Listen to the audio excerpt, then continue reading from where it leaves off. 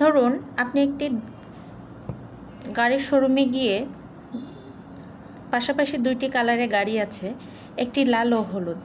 আপনি যদি হলুদ গাড়িটা কেনেন তাহলেও মানুষ আপনাকে বলবে যে লাল গাড়িটা সুন্দর ছিল। আবার আপনি যদি লাল গাড়িটা কেনেন তাহলে সেই একই মানুষেরাই বলবে হলুদ গাড়িটা বেশি সুন্দর ছিল। আপনি একটা বাড়ি বানাবেন, বাড়ির ডিজাইন, বাড়ির কালার, বাড়ির টাইলস, আদার্স কিছু জন্য ডিজাইন করবে, তারপরে তাদের কর্তব্য শেষ হয়ে যাবে, কিন্তু মানুষের কাছে তা ভালো লাগবে না। আর এই সব মন্তব্য করার জন্য সেই সব মানুষের টাকার প্রয়োজন হয় না, তারা শুধু চোখের দেখে মন্তব্য করে দিল। কিন্তু এই বাড়িটা বানানোর জন্য বা গাড়িটা কেনার জন্য যে কাঠখড় আপনাকে পোড়াতে হয়েছে সেটা শুধু আপনি জানেন।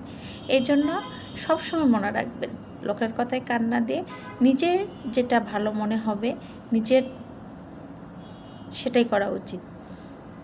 নিজের বুদ্ধিতে ফকির হওয়া ভালো, কিন্তু অন্যের বুদ্ধিতে রাজা হওয়া ভালো না। তাই অন্যের কথায় কান দেবেন না।